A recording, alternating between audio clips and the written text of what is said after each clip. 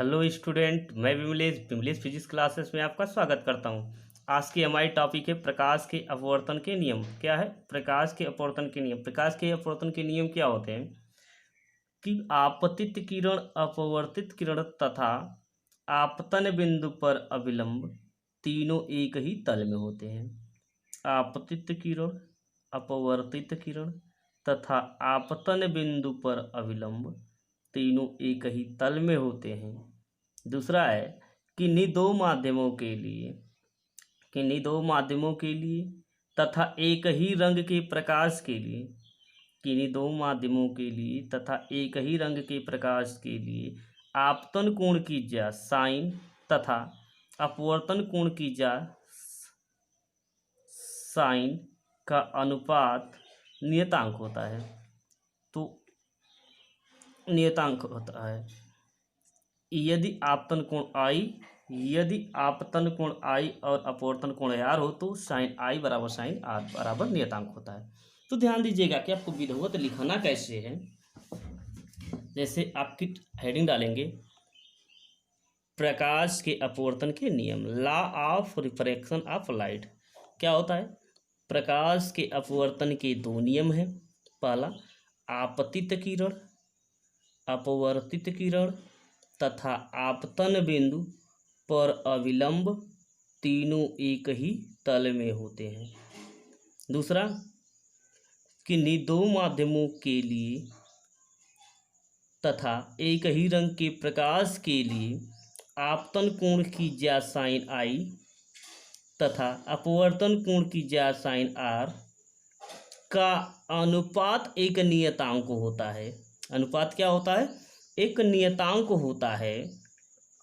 यदि आपतन कोण I और अपवर्तन कोण R हो तो, यदि जो आपतन कोण है उसे I मान लिया जाए और अपवर्तन कोण उसे R मान लिया जाए तो sine I upon sine R बराबर नियतांक।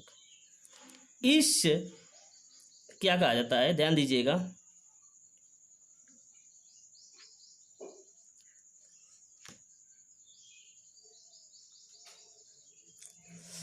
इस नियम को स्नेल का नियम कहते हैं। इस नियम को क्या कहते हैं? स्नेल का नियम कहते हैं।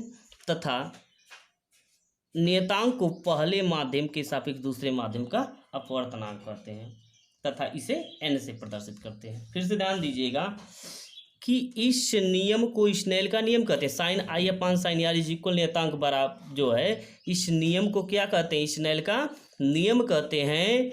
तथा नियतांक को पहले माध्यम के सापेक्ष दूसरे माध्यम का अपवर्तनांक कहते हैं। इसे n से प्रदर्शित करते हैं। किसे? अपवर्तनांक को n से प्रदर्शित करते हैं। तो फिर से ध्यान से देखिएगा कि क्या है आपका, फिर से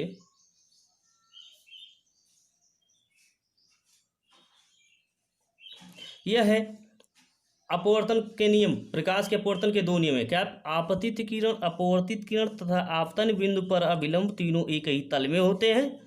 पहले दूसरी बात, किन्हीं दो माध्यमों के लिए तथा एक ही रंग के प्रकाश के लिए आपतन कोण की ज्या साइन I तथा अपवर्तन कोण की ज्या साइन R का अनुपात एक नियतांक होता है।